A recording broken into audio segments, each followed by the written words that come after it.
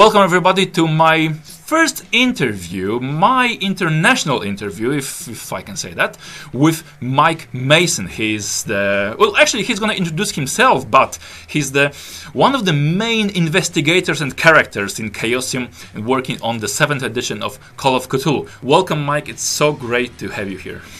Well, thank you very much. It's great to be here. Thanks very much. Mike, if I may fire away with the questions, because first one is actually, who is Mike Mason? He may be just a regular guy, just fan and creator of Call of Cthulhu, or he may be a secret mythos cultist trying to spread Cthulhu word. Who is he? Who are you?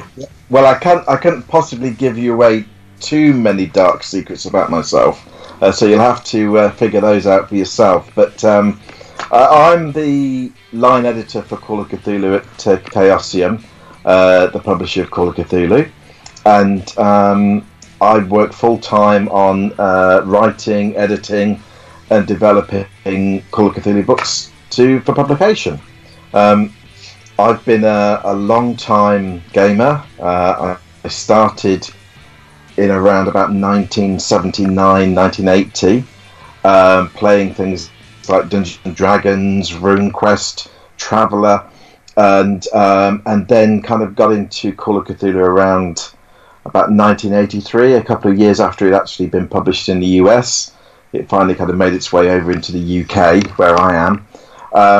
And since playing Cthulhu at that time, I was hooked and have loved the game ever since.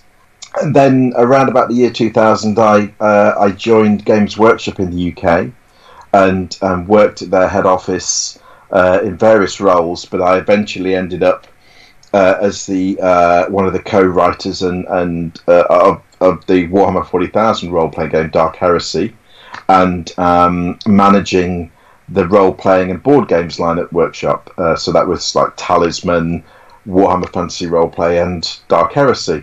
And it's around about that time that I started to do more freelance work, particularly with Chaosium, and started to begin work on what would become the new edition, the 7th edition of Call of Cthulhu.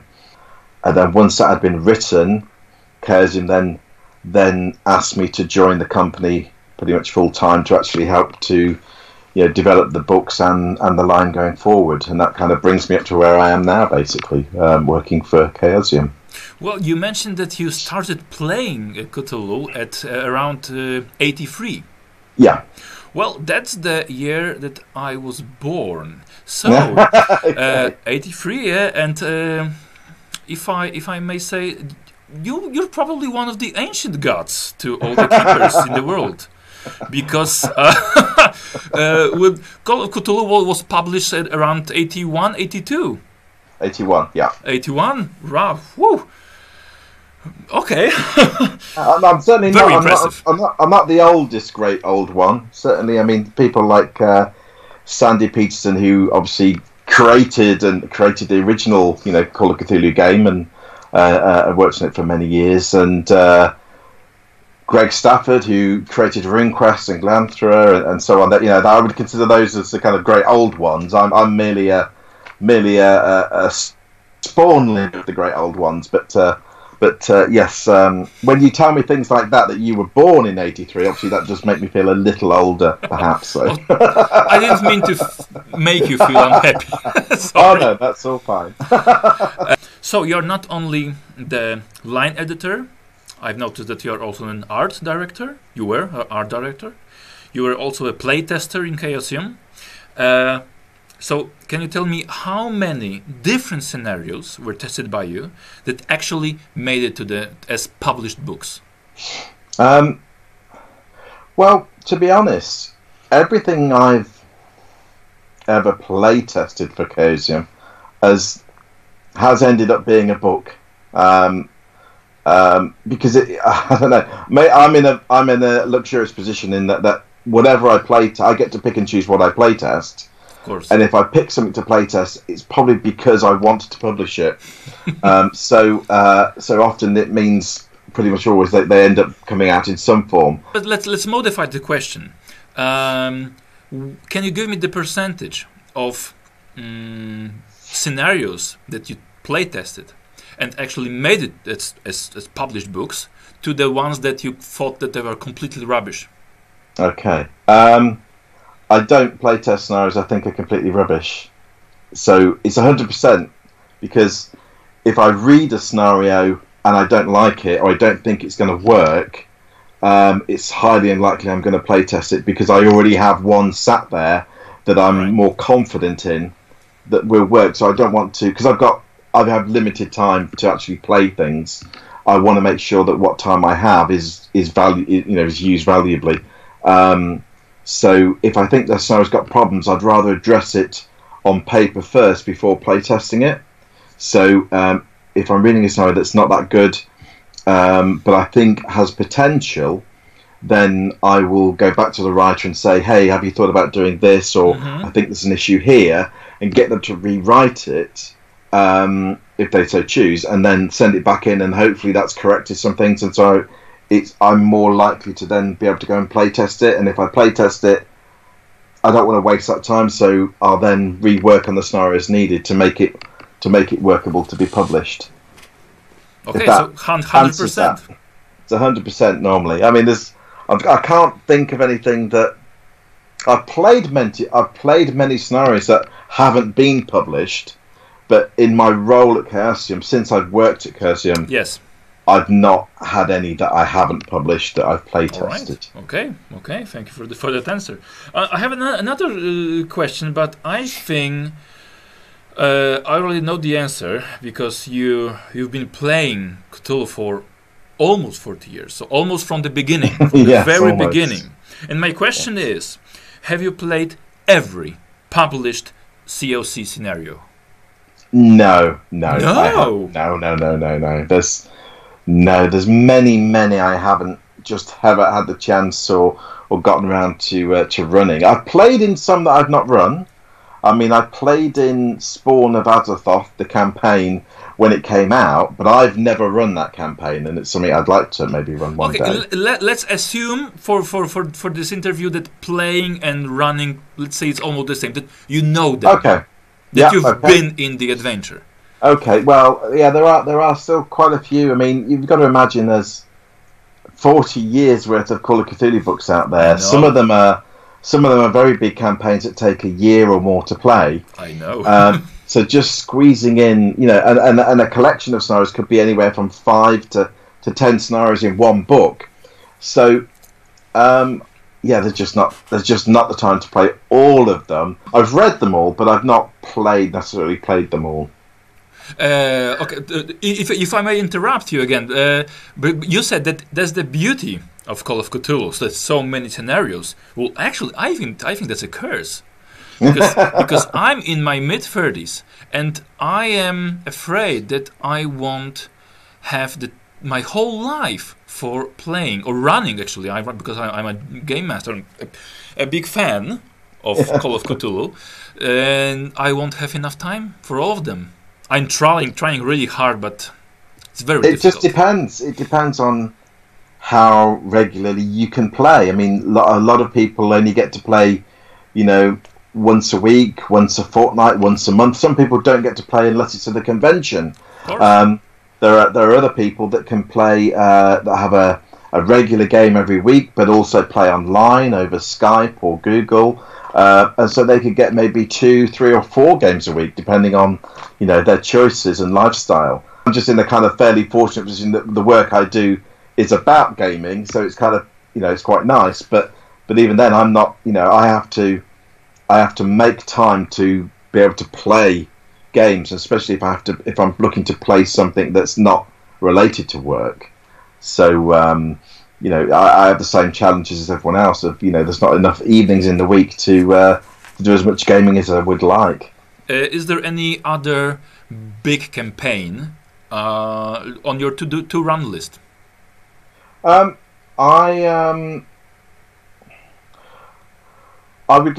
played in it years and years and years ago. The Fungi from Yugoth, or Curse Day of the Beast, the campaign. I haven't run that campaign for many years, So I would quite like to maybe come back to that one at some point and to re-look at that. I've not run Horror's Heart or A Reception of Time, which are two kind of mid-1990s scenario mini campaigns that I've never kind of gotten around to playing. So those ones sort of stand out as ones that I'd like to maybe give a go at some point. Have you played the first campaign, The Shadows of Yog-Sothoth? Yes, in fact, I ran it back in 1983, and I ran it 2 years ago. In fact, the last time I ran it 2 years ago, I ran it with Pulp Cthulhu because I was playtesting the Pulp Cthulhu rules, and I wanted to see if I could just play a really old campaign just using the new Pulp Cthulhu rules, and it worked fine. Although I think the campaign itself is showing its age a little bit, and it's something that I would like to come back to and maybe republish at some point, but it does need some work to kind of, I don't know, make it a bit more keeper friendly going forwards, I think. Because I've run I ran Shadows of Yog-Sothoth last year. And yes, and my question is, what do you think, what has changed between the 80s campaigns and nowadays campaigns? The method maybe of writing the campaigns.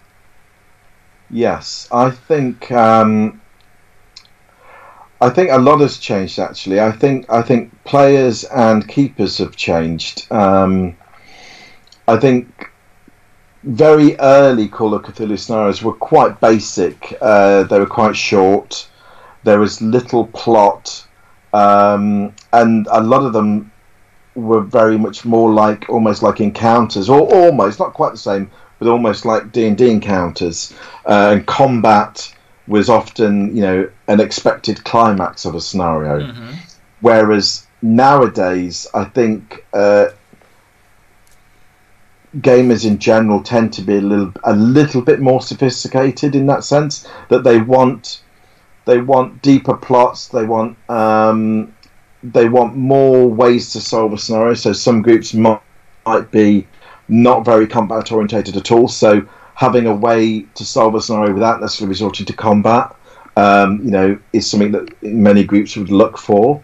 I also think keepers are even more stressed these days in terms of the time they have to prepare scenarios, and so I think more help for the keepers in terms of the structure of scenarios suits the keeper better in terms of it being easier to follow, easier to keep a handle on where you are in a scenario at any given point, and that the information is relayed to the keeper in a very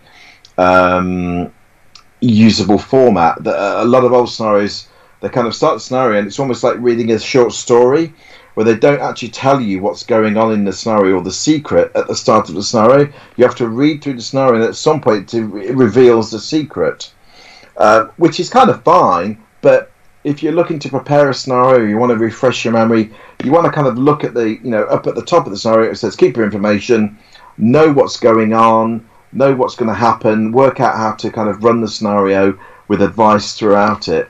I think people kind of expect that more. I think people expect more than they did perhaps in the early days, because in the early days everyone was just learning how it worked. No one really knew what a role playing game should be like, because we just put them out and tried them and made up rules and just made them work, and enjoyed it. And but I think people now are much more sophisticated gamers. They're much more used to playing complicated board games, and they're much more used to playing video games, and so that expectation has risen in terms of the quality and the standard of presentation, and the quality and standard of the information in a scenario. I think that has grown as time has moved on. So now let's take a look at one of your latest books. Right, the Grand Grimoire, which I must say, I just love it.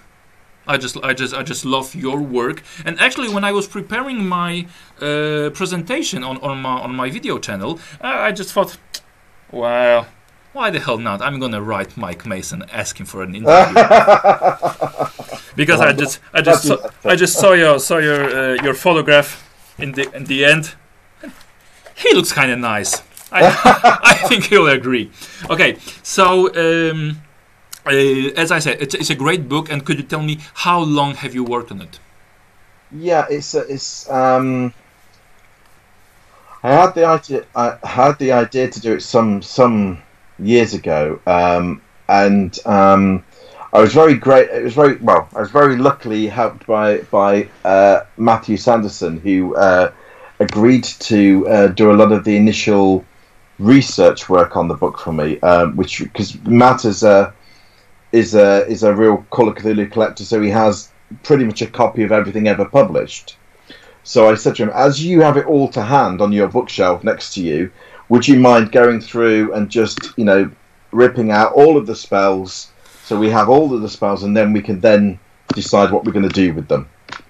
So Matt did a lot of the initial work on that, and that took him a good sort of 6 months on and off, a little bit at time to kind of collect all the information together, which he put into a very handy spreadsheet. And then he wrote a few notes on some of the spells, some of the thoughts, some ideas that he had, and then sent it all over to me. And then I worked on it for, I guess, I'm trying to remember now, somewhere between two to 4 months, somewhere probably about 3 months or so. Basically going through every spell that had ever been written for Call of Cthulhu, deciding, there were a lot of duplication, a lot of spells did the same thing. Some spells just I didn't understand because I don't understand what this is meant to do. You actually wrote that some of the spells from previous books were just unnecessary and useless for other campaigns. Well, that's right. A lot of spells, and I understand why it happens. A lot of writers have created a spell for a particular scenario to do a certain thing in a scenario, and in that scenario, the spell is absolutely fine. It's not a problem at all. It works really well. But you take the spell out of the scenario and try to apply it to another scenario or to the game in general, and it doesn't really do anything, or it doesn't really have any important effect. So a number of spells like that. So after kind of like deciding which spells should go in the book, I then kind of went through and rewrote them and updated them and revised them and added in new ideas, created some new spells where I thought there were some gaps, to basically try and make them a utility and versatile for the keeper. So each one, I looked at each one as a potential plot. That every spell in the book, you could maybe try and write a scenario based around that spell or the spell's effect, or somebody with the spell, or somebody wanting the spell, or somebody cast a spell and it had gone wrong. And so that's the kind of approach I took. That one, it's a kind of book of ideas for scenarios. Secondly, it's a book of cool spells to give to your cultists and monsters. That's right. And thirdly, it's a book of spells that you can choose which ones you think you could allow your players to have, and whether that leads them down, as useful or helpful spells, or whether you're trying to corrupt the players and get them to use dark magic that's going to turn against them. Mike, your favorite spell? Oh, Shriveling. Shriveling has always been my favourite spell because it's evil and nasty. That's right. One of my favourite from my players. One of the favourite ones. What's your favourite spell? Well, my favourite. Well, there are a couple of that I haven't met in a campaign, because I've been playing Call of Cthulhu for quite some time, and for a couple of years now, but I have never played a scenario my own scenario. I always take some of your Chaosium's books. Yeah. So I would love to try the gate spell, like traveling a million miles to another planet and just another galaxy. And what would my players say? But we haven't tried it. Yeah, but the Shriveling was I gave it only once. Yes. It was in one scenario, and one of the players got it. And actually, I love the red thing, the turning another player, another investigator, and a red thing. Yes. But they had it, but they never tested it. No, I like to use shriveling against the players rather than give the spell to them. I find that more satisfying, is to watch their investigators sort of burn and shrivel away rather than allow them to do it to other people. That's but then I'm an evil and cruel keeper, so there you are. Right. As I said, one of the best products, as I can say. But I have an issue with the NPCs here, because on the page 85 we have Hestia Loxby, right? And what's with them? Are they your character, your players' investigators, or maybe it is somebody you knew? You know? Well, that would be telling, but no. They were created specifically for the book. They aren't based on characters that either of us have had in the past, and they're not really based on real people. They are kind of amalgams of. I mean, Hester is a witch, and she's kind of an amalgamation of witches from tradition and legend and folk stories. I mean, not completely, but there's inspiration drawn from that, and she was invented in that sense. I mean, what we tried to do was to weave interesting backstories and motivations for these NPCs. So one, they could just be examples of how a really serious sort of sorcerer might appear in Call of Cthulhu. Secondly, they were ready-made NPCs to drop into games if you needed, that. And thirdly, they were inspirational. So they were that you could use them in a game, you could write a scenario around them, or you could just be reading through and actually, I really like that idea. I like that kind of seed. I'm going to steal it and do something else with it myself. So they're kind of there to kind of break up the monotony of all the spells, but hopefully they also provide a little bit of inspiration or utility in terms of being able to use them in the game as well. And they're all a little different. One is definitely a bad guy, one's kind of maybe a good guy, one's kind of in between. Actually, two of them are bad guys. Zero sanity. I just love the necromancer. I just love him. Because when you hear a necromancer, a guy in long black robes, right, with lots of skulls around him, and now we see a regular guy in a suit and a hat working in a morgue. Yeah, fantastic, fantastic. Yeah, we tried to just break convention a little bit and try so you can do other things with these kind of character types. So yeah. Because I thought they were maybe your player characters who lost their sanity, and that would have been a really good idea. I didn't even think to do that. I would. One of them is actually one of the characters is actually a real person. One of these. Yeah, one of those is, and because they were a high level backer for the 7th edition Kickstarter. And through various means and reasons, they ended up, being a character in this book. So their image is based off a real photograph. I know the person very well; he's a good friend, and but I couldn't possibly say which one it is. So. Okay, I knew it. That's where the question came from, because I knew there was something hidden behind those NPCs. I just knew it. Okay, let's just take a step forward to. It's a little heavier. To the horror on the Orient Express, and you were one of the authors, right? Yeah. Okay. I worked on a piece of it. Yeah. What was your part? So my part, I came kind of late to the project. I was commissioned to write the very last scenario in the book. So I wrote the last bonus scenario set in the modern day. Oh. Which is... Do not spoil anything. No spoilers, please. Oh, no, I won't say what happens. But So yeah, I wrote a kind of the scenario you play when you've played all of the scenarios and you've just about had enough of the Orient Express. You get one more, but it is set in the modern day, so it is slightly different. In 2013, I think. Yeah. But you can change it to now. It's not that different. So I like to think that people played all the way through Orient Express, then they have a break, and then maybe a year later they get the last scenario out and then play that, and then it allows them to kind of think back on their campaign and draw from the memories and have a relive it. Okay, last question about the horror. What advice do you have for keepers who haven't run it? How should we prepare? Okay. I'm one of them. Yeah. Okay. I think you have to make a decision pretty early. Is whether are you going to run the core campaign, or are you going to try and run all the optional bonus scenarios as you go through? Right. And also, when are you going to run those optional scenarios if you do?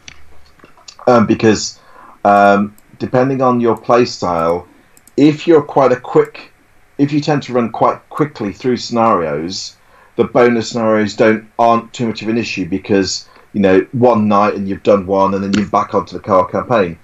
If your group has a very slow style where it takes them maybe 3 or 4 sessions to finish one scenario, by the time they've done that, some people are going to forget where they are in the core campaign, and you're going to have that kind of like forever kind of catching up experience. So it does depend on the play style of your group on what works. So it may be that you pick out you want to do some bonus scenarios, but not necessarily all of them. So I think you have to kind of choose and try and judge it again to your style and the player's style, what's going to work for you. I think it's important to obviously read the whole thing, but I would also I would have a notebook, and for every chapter I would bullet point what is the important things. Obviously the scenario's got this in it, but to help you kind of as you run it, you want to be able to just look at things very quickly. So bullet pointing or using sacrilege, use a highlighter pen in the book or on the PDF to pull out the main points so you don't get lost, because in large campaigns there's a lot of things going on, and then all the players want to tell you what they're doing, and there could be 4 or 6 of those people, and so you've got a lot of things to hold in your head as a keeper. So it's really easy and quite naturally you're going to maybe miss something or forget a piece of a clue or something. So having a few bullet points of the most important things you must get across to the players or encounters can just be a little bit of a help when you're running a large campaign like this. Okay. That's really my advice, and enjoy it. Really. I've had great fun with the Orient Express campaign running that. Mike, tell us your favorite scenario or maybe favorite campaign. Just one. Okay. I think Masks is probably just kind of touches it because it was the first campaign that really kind of got the whole idea of a campaign for Call of Cthulhu right. It is an epic one. There's really interesting characters. There's interesting plots. So I really enjoy Masks. I think, but Orient Express is only just behind it by a hair's breadth. Two of them on my to-run list. Still. You'll get there. Have you ever taken a horror film scenario and turned it into a game session? Yeah, all the time. Oh, really? Yeah. Because that's a question from actually my experience, because I do that quite a lot as well. Yeah, I mean it's good inspiration. If you are, can you name any of them and titles? Yeah. I remember years ago running a scenario based on Hellraiser. I've run Hellraiser, The Thing. Okay. Yeah, I've run The Thing numerous times. I mean, it's a shock-off, isn't it? Really. So I mean, it's not that hard. Prince of Darkness, John Carpenter's The Prince of Darkness film. Even if I don't set the scenario completely on the film, I steal ideas or cool scenes from films all the time, and because they're cool scenes, so why wouldn't they work in the game as well? So TV, films, books, I think, Comic books. Yeah, just take what you need for your games, and be inspired and use some stuff, but you'll also be inspired to develop your own ideas and riff off these different things. So yeah, absolutely. I have my last question from myself. What is your future dream or goal, maybe, as an RPG creator? I think in terms of Call of Cthulhu, I still think we're missing a really important campaign. So one of my goals is to develop that and write that is a campaign set in Lovecraft country, in the classic kind of where you start as students at Miskatonic University, and the campaign progresses through the years until you've left university and you're engaged in some of the strange plots around Dunwich and Arkham and all of that kind of thing. So I'm very keen to kind of do what I keep calling like the classic Lovecraft country campaign. I have 3 questions from my patrons. Sure. Marcin Buczyński, he's actually from Ireland. He has a question: what is the darkest and the most terrifying place you have ever visited or seen in real life? Oh, okay.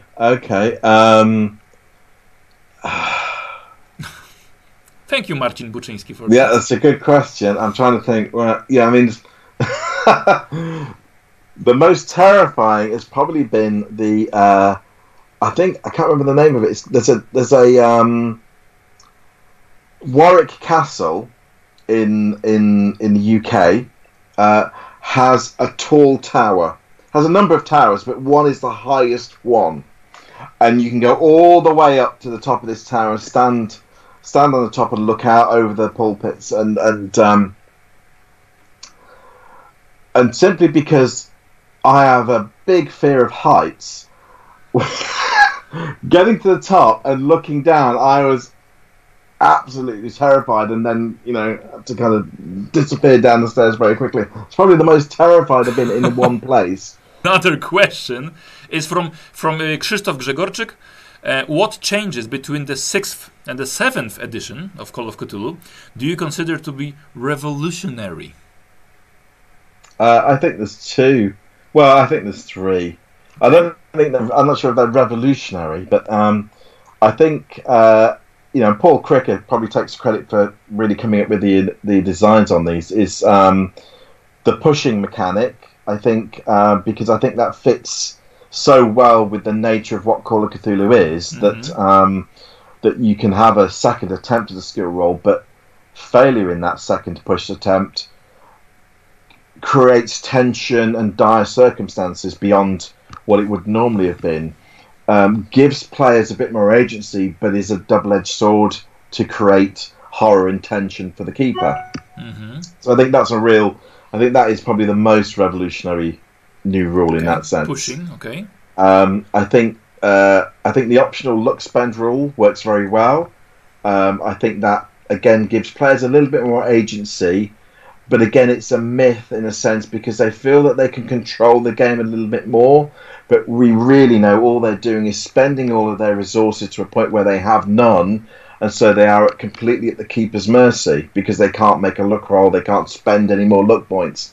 So I think that again works very well with the idea of spiraling downwards as a character, not only kind of losing bits of sanity and losing hit points, but actually losing the very agency to control the world around you, which is effectively what the look mechanic does. So I think that works very well in the game, and the other thing I think is getting rid of the resistance table, which I think is a major win because I see no point in having to refer to such an important table in a 21st century game. I think opposed rolls do the same thing more or less quicker and more easily, and I think they just allow the game to carry on, and everyone understands how to make a skill roll because they're playing the game already, and you just say, well, you roll. If you roll better than me, you've won.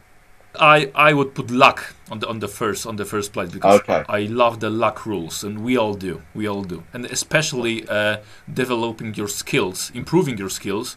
Not only if you roll below the 1/5, because I think that was the rule. Rolling below 1/5 of your skill, you could check it, and now every success. Yeah, I'm a firm believer in give the players as much as they think they want. Better skills, more guns, more dynamite, because at the end of the day, it doesn't make any difference. Of course it doesn't. Of course it doesn't. Let the players think they're winning for a while. That's always good. Oh, you are cruel. You are a cruel keeper. Okay, that's what we like. Michał Zaremba has the final question from my patrons. What is your favorite song or your favorite track for a horror RPG session? Do you have one?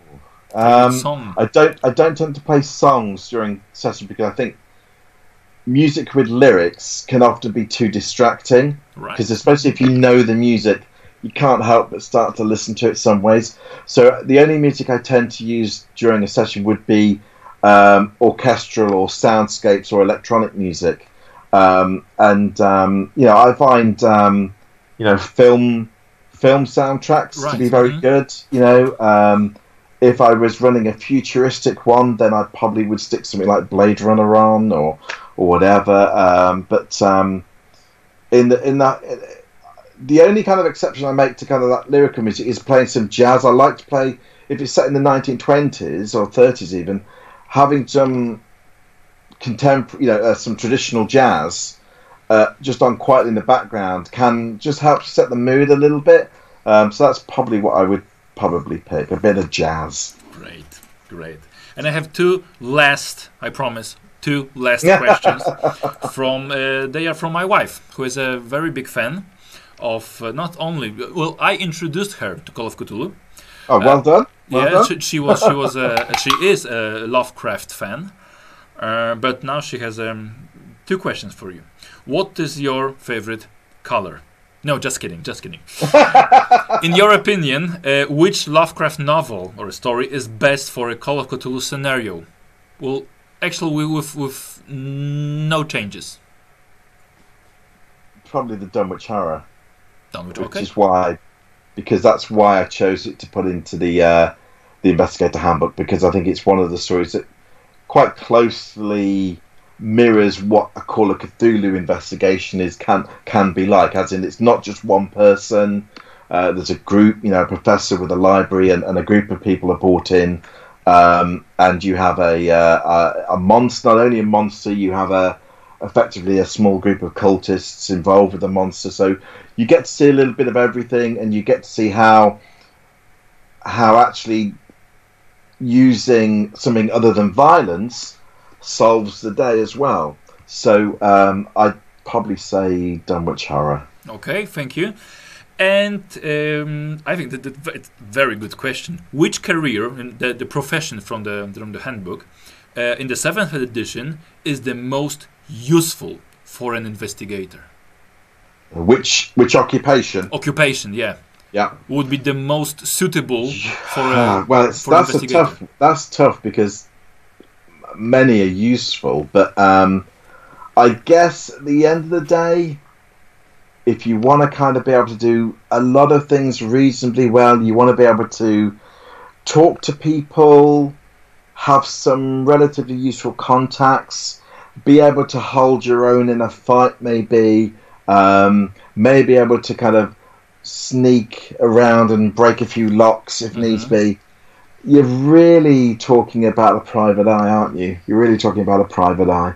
If you want to be a bit of an all-rounded person, then probably private eye. But if you wanted to do a lot of research and learn magic and all that, then you wouldn't be choosing a private eye. You'd probably, the most versatile profession in the whole book is probably professor, because at least 4 of the skills aren't defined. You just get to pick whatever skills you like, and be an expert in them. And so if you want, one that you can really kind of, it could be anything. Then professor is a probably an equal choice to private eye. Okay, thank you very much for the whole interview. It was a great pleasure talking to one of the, as you said, older gods of Call of Cthulhu. And I hope you had fun answering those questions. Oh yes, definitely. No, I had fun, and it was a pleasure for me too. No, it's been much fun chatting with you and reminiscing as well. So no, real pleasure. Thank you. Okay, thank you, and to all the viewers, you can find any links and suitable information in the description of the film. So thank you again, Mike, and see you maybe some other time. Yeah, I hope to see you again, and bye-bye everyone. Thanks you. Again. Goodbye.